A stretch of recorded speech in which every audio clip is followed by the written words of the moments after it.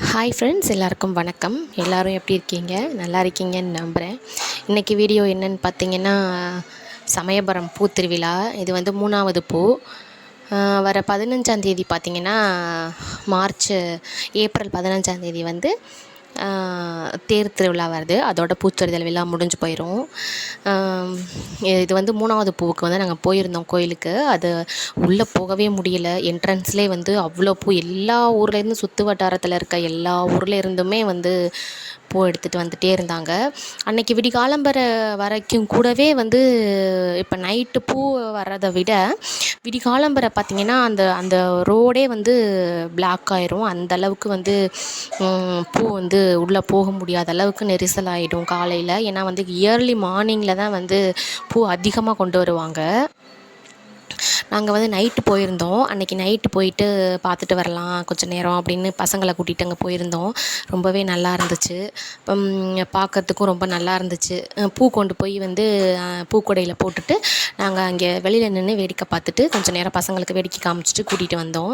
குதிரை ஃபஸ்ட்டு வந்து யானை வந்து அங்கே சமயபுரம் கோவிலே உள்ள யானை வந்து அலங்காரம் பண்ணி கோவிலுக்கு கூட்டிகிட்டு வந்திருந்தாங்க பூவோட.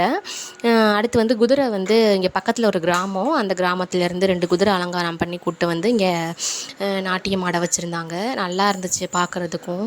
ஆனால் ரொம்ப க்ரௌடாக இருந்துச்சு. அம்மாவுக்கு வந்து பூ வந்து அதிகமாக போயிட்டே இருந்துச்சு. இப்போ போகிற பூ எல்லாமே பார்த்திங்கன்னா நைட்டு வந்து கொண்டு போய் வந்து போட மாட்டாங்க பூவை.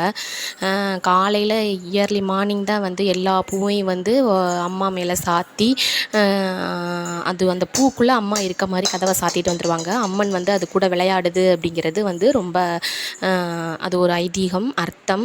நம்ம பூ கொண்டு போகிறத வந்து உடனே வந்து பூவை கொண்டு போய் போட மாட்டாங்க சாமிக்கு.